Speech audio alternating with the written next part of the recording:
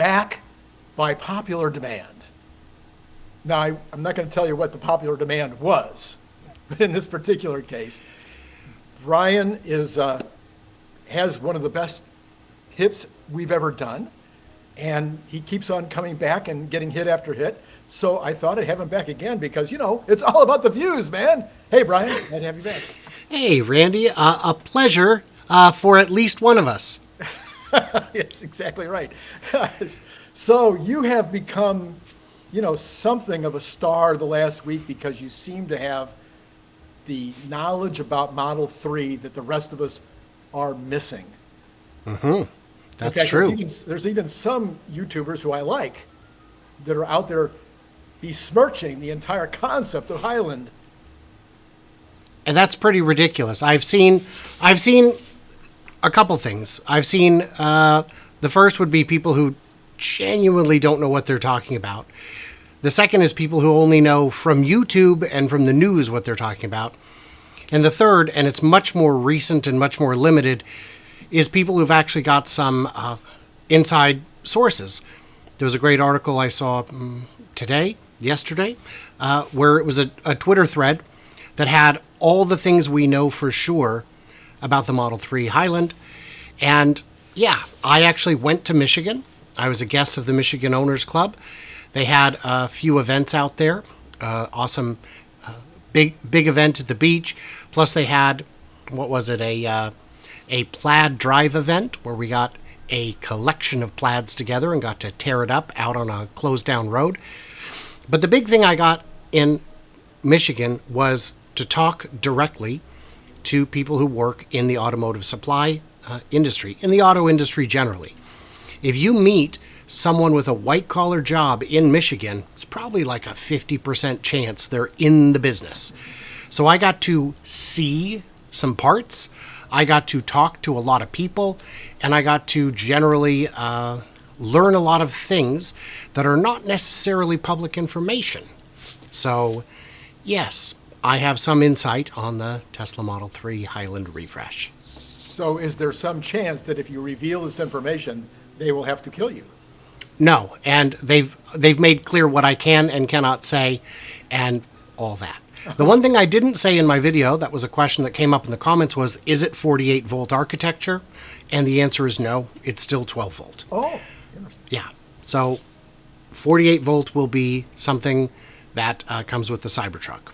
Gotcha. Yeah, it seemed to me, in fact, I think I mentioned on my video a couple of days ago that the 48 volt architecture on the Model 3 would take quite a number of components that would have to either be built by Tesla or be able to be sourced in 48 volt in order for them to completely switch the car over. And that having made that decision a while ago on the Cybertruck, then they would be able to plan for that with plenty of time. But you think that's the reason why they didn't go 48 volt? Absolutely. Okay. And it's not that their suppliers can't make it, it's that it's a little difficult to get it all done in time. It's a lot of pieces. And the Model 3 is expected to go immediately into high volume production, where the Cybertruck will have more ramping time that will allow them some opportunity to get through it that way. Well, so yeah, they're just not ready for the 48 volt. So I'm gonna tease the crowd right now, and I'm gonna say we're gonna hold off on your speculation as to when the Model 3 will actually start that high volume production until later, because I think that's the big number. That's the big issue, wouldn't you That's agree? the excitement. 100%. Okay. Well, first of all, then let's talk about what you do know and what you don't know. By the way, was the list today that you were talking about that was on Twitter, was that relatively true? Everything I saw on it was true, and there were a number of things on it that I didn't know. So, for example, I had someone come in and comment, oh, you didn't even talk about the Matrix headlights and taillights. And I said, I didn't know that, and I'm not going to guess.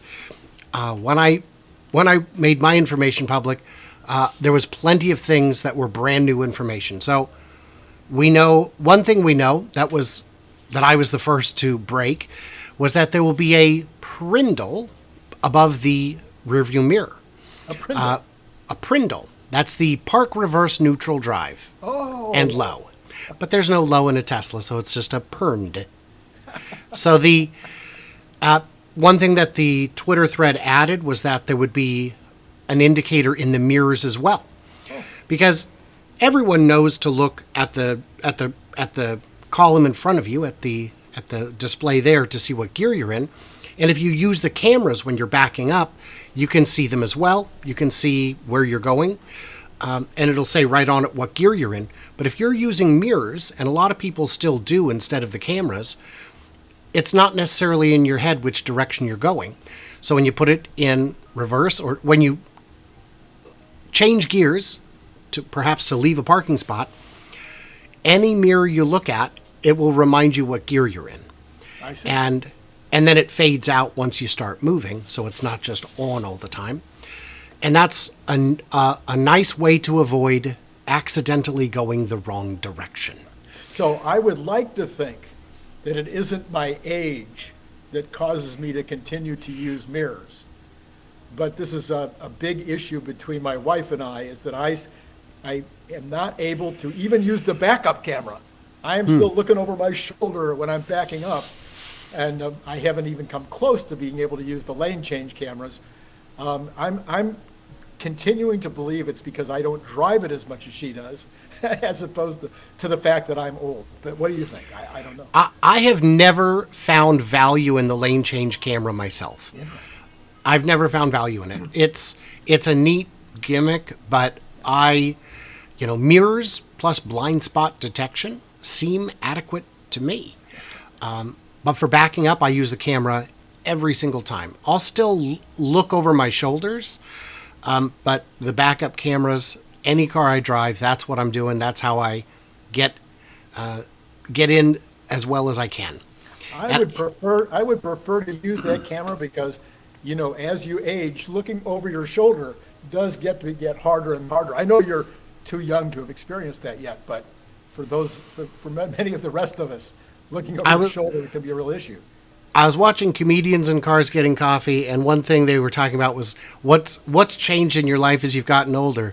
And Jerry said, "I don't look behind me anymore." People go, "Oh, look at that," and I go, "Nah, it's fine. Whatever it is, I'm sure it's not worth turning my whole body. It's fine." So one of the things that I heard today, I might have been on that same tweet, was this whole thing going back and forth about the design of the front headlights or the rear headlights.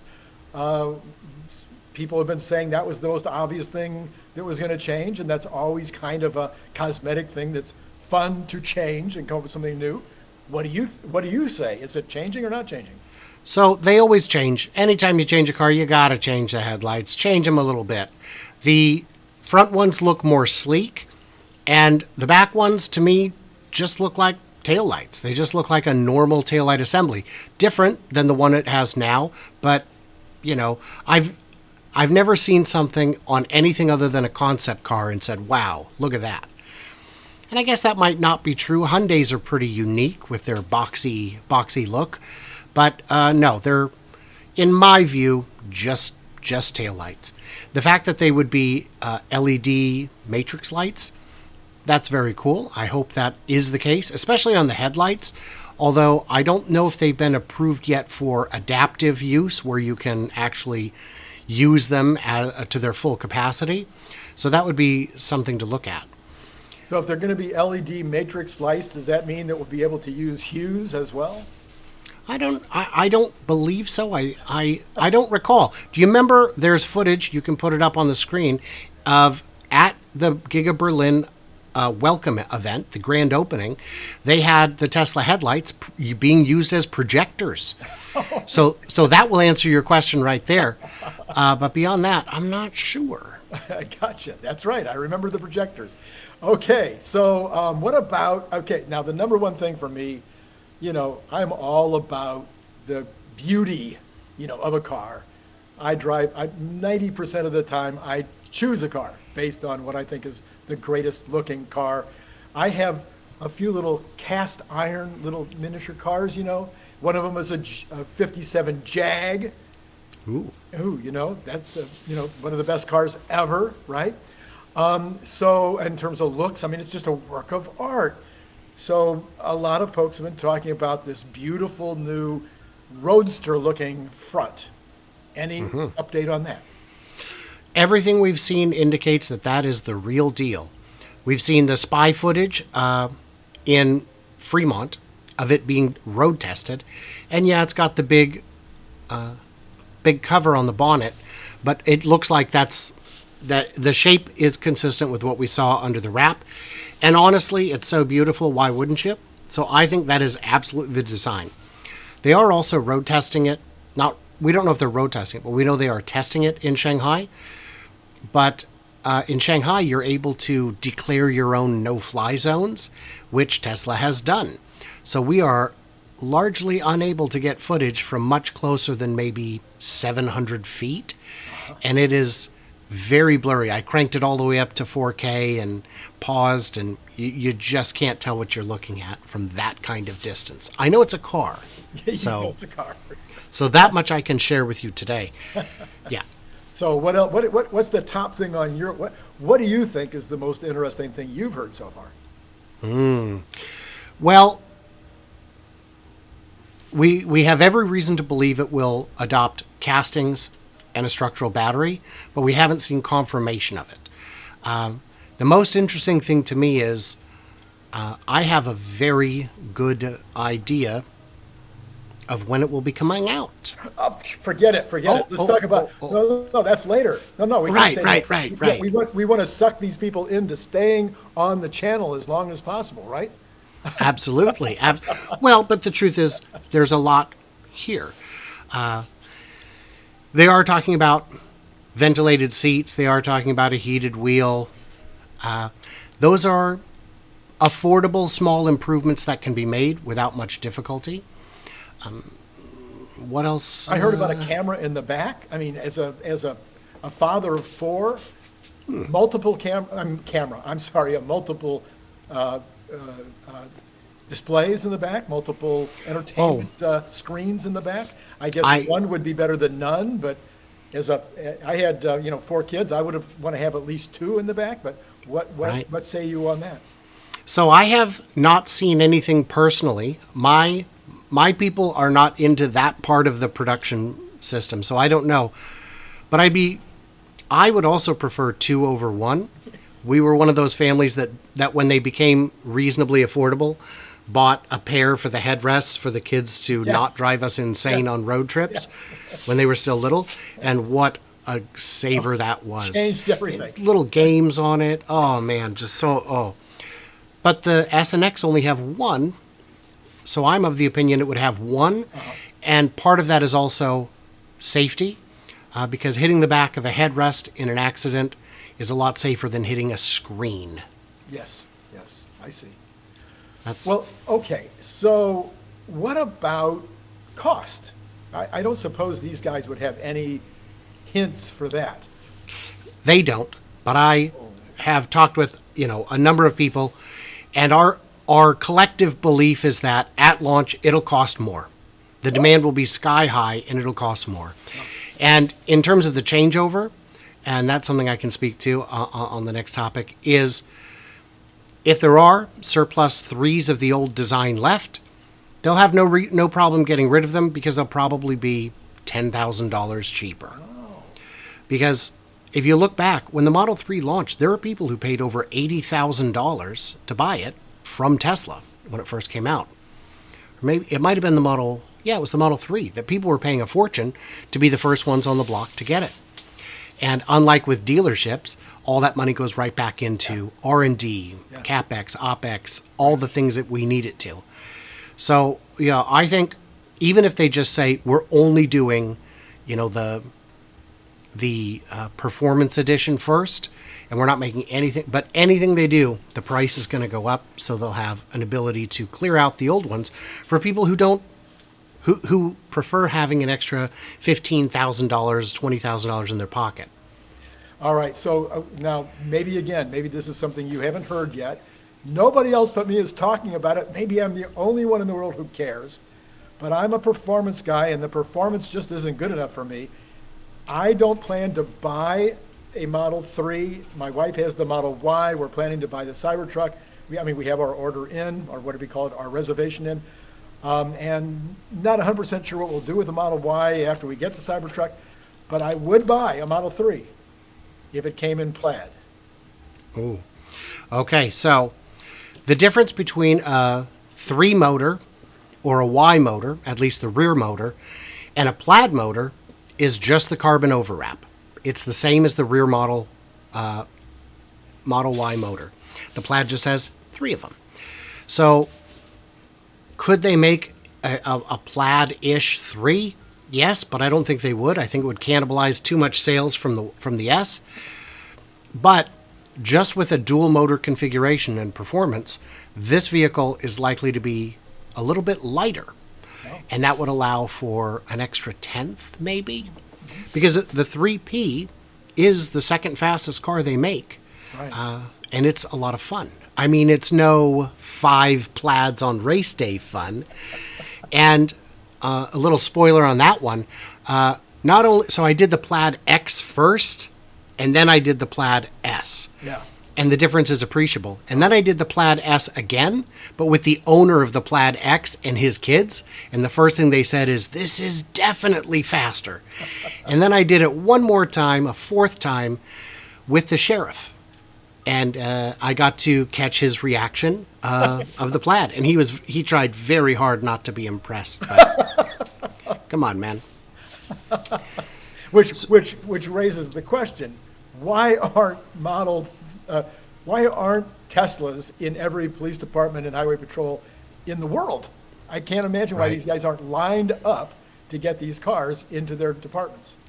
Because as the sheriff told me, the radio is still faster. The radio. Yes. They just got a radio ahead.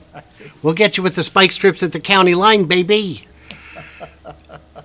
So the Model Y is being adopted more widely by police forces. I think the hesitation was, from a fleet perspective, the upfront cost was a little daunting, but it's come down. It is now within striking distance of the Explorer.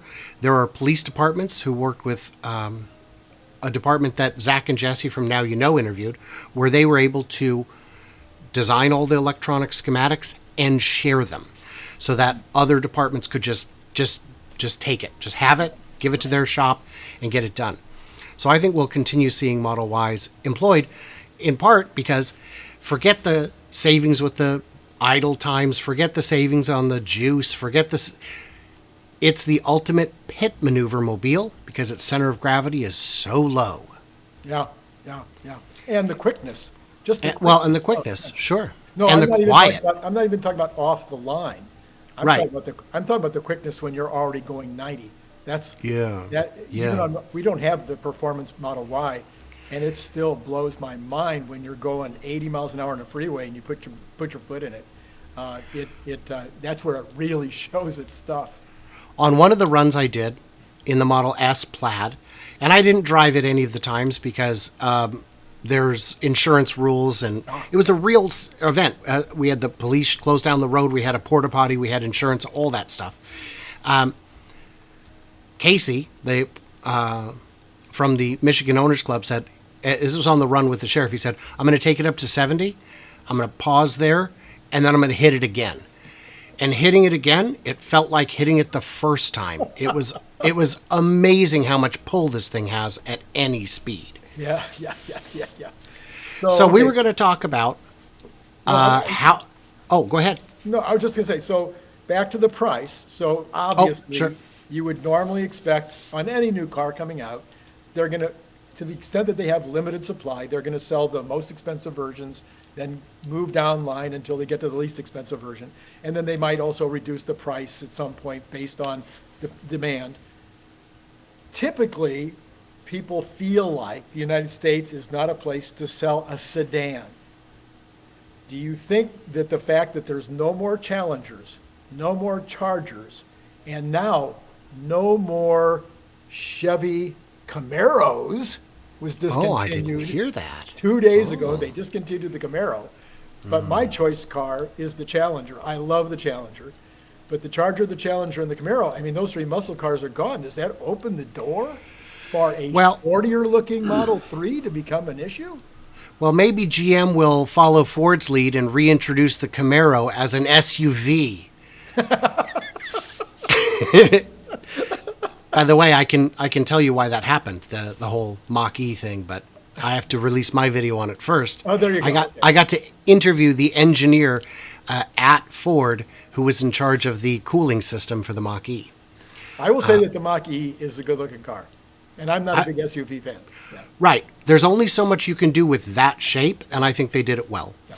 So the Camry, the Corolla, the Civic, the Accord, those are 4 of the best-selling cars in the world. Is the sedan dead? No. It just wasn't profitable for the automakers to make them. So they can't sell budget sedans because there's not enough profit.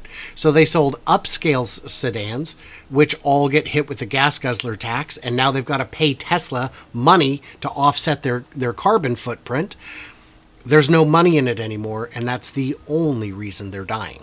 So will buyers from the muscle models move over to Tesla?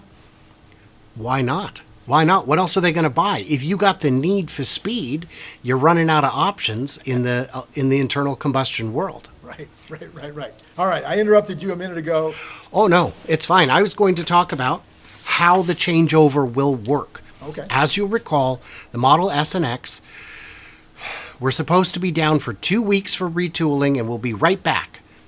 And they weren't. They were gone forever. So how do you avoid that happening again? Well, the answer appears to be shutting down one of the 2 lines that make Model 3s in Fremont and one of the 2 lines that makes Model 3 in Shanghai. Because we know that there have been reports of production stoppage, but we keep seeing more models hitting the road. We keep seeing them on trailers. We keep seeing registrations. So I believe what they've done is taken one line off and crank the other line up to 110%, 120%. Because you can move it a whole lot faster when you've got all the surplus from the second line to work with.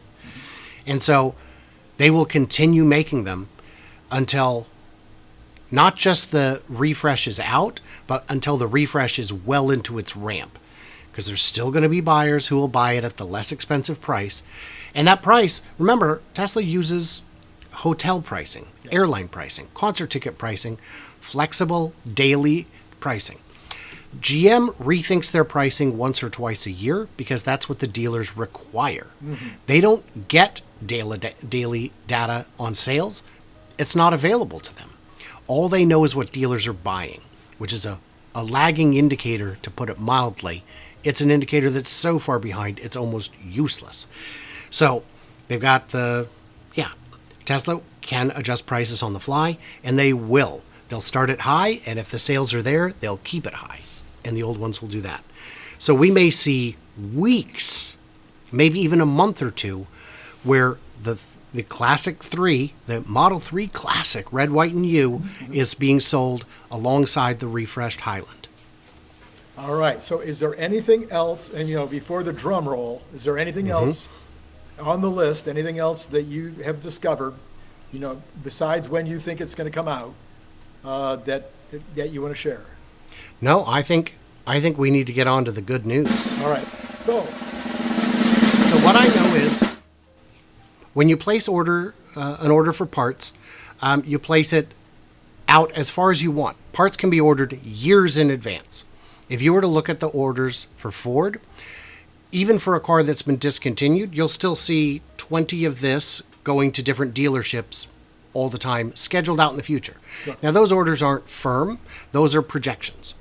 And then once you get close to time, you need to convert it from a projection into an order. And if you forget to, it just kind of falls off. But these databases are updated constantly.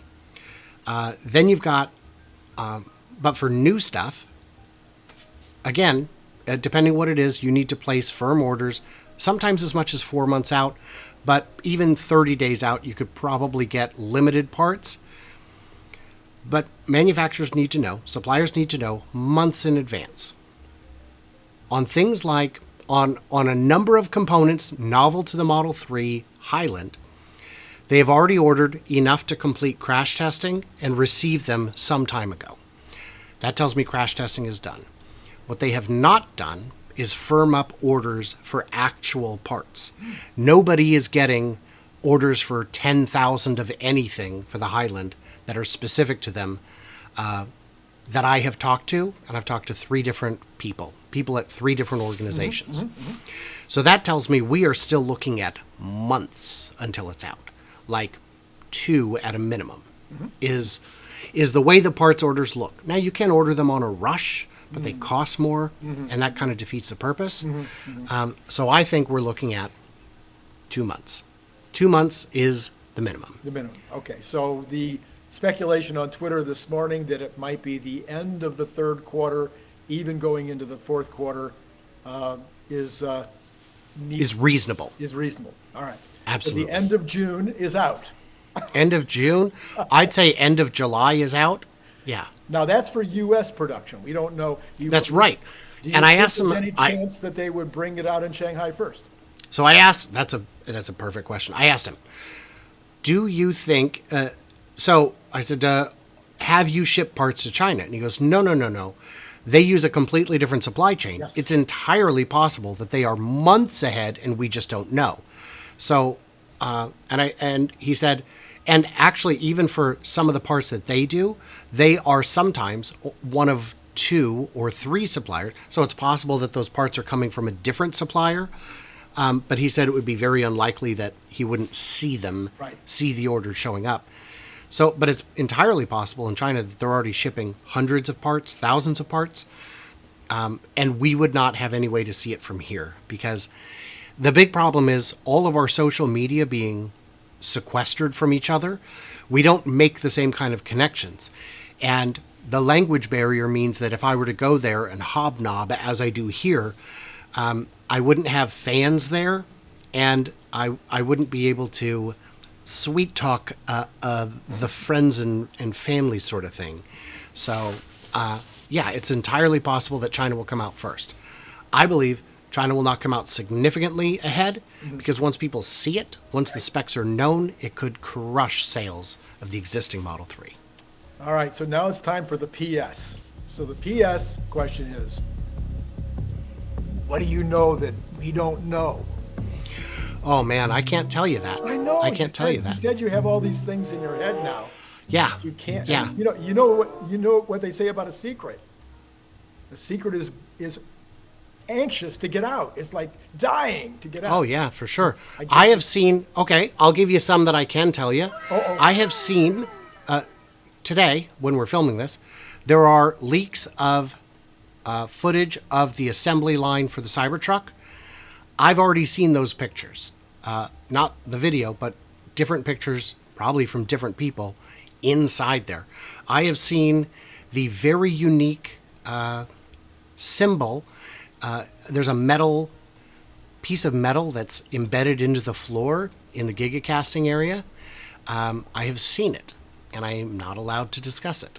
I have seen one thing I discussed on another show. Did I? Yeah. I think I mentioned it somewhere. I'll mention it anyway. Is I have seen that parts for Cybertruck are also underway. Parts for Cybertruck are moving well ahead of Model 3 Highland parts. And yeah, I've been able to see, physically see some of the orders from one of the suppliers in Mexico whose company sells into the U.S. to One Tesla Way warehouse on wheels. So would any of that give you any speculation that the end of the third quarter is sandbagging and that we might see it sooner? Question number Yes. 2, it would. Okay. I think so. You think it's going to be sooner? Okay. Oh, I think it could very well be sooner. I expect it to be sooner than the end of Q3. And would any of that give you any speculation that maybe the ramp, that they're expecting the ramp to be a little better than maybe we're thinking the ramp will be? I think I've got 2,000 to 5,000 in my numbers for the total of 2023. Do we think it could be more than 2,000 to 5,000 in 23? Of the Cybertruck? Yes. So nothing he has told me would give me an indication of the expected ramp. Okay. All right. Okay. Well, there you go. I mean, this is why we have you on, Brian. You're such a font of no, it's actually because you're humorous. And so I don't care. I could care less about your information. That's funny. It's my one chance to trade humor, And enjoy your day for once. Now that you're back from Hawaii, where is the joy in your daily life, if not right here? Well, you do know I live 45 minutes from Palm Springs, and our weather is almost identical to Palm Springs. So it's not like I've had to take a big step down in terms of weather, but but it is not Hawaii. I did have to take a big step down in terms of my view. No doubt about that. That's why I just put up a green screen across all of our windows. It can be whatever I want. That's right. Absolutely. My wife doesn't appreciate it. Why? She doesn't? No, she doesn't get it. Well, okay then, Brian. I'll tell you what. Let's wrap it up for now. I'm going to have you back later this week because we need to talk about the other subject that's on my mind, which is where are the backhoes? I have answers. All right, we'll talk about that later this week. So if you like having Brian on, hit the like button, because if you don't hit the like button, I won't have him back on. I mean, that's it. Sorry, Brian. That's how I judge. That's it. That's science. And then, science. That's right. And then subscribe, notify, and then follow Brian everywhere he goes. Works for me. On Twitter and on his YouTube channel and on Patreon. Anything else? Any place else? Well, I would mention my OnlyFans because, my American fans really have a foot fetish, and thankfully my European fans have a centimeter fetish. So it works. It's just good. For sure, you should follow him there as well. And then I think we've done all the damage we can do for this show.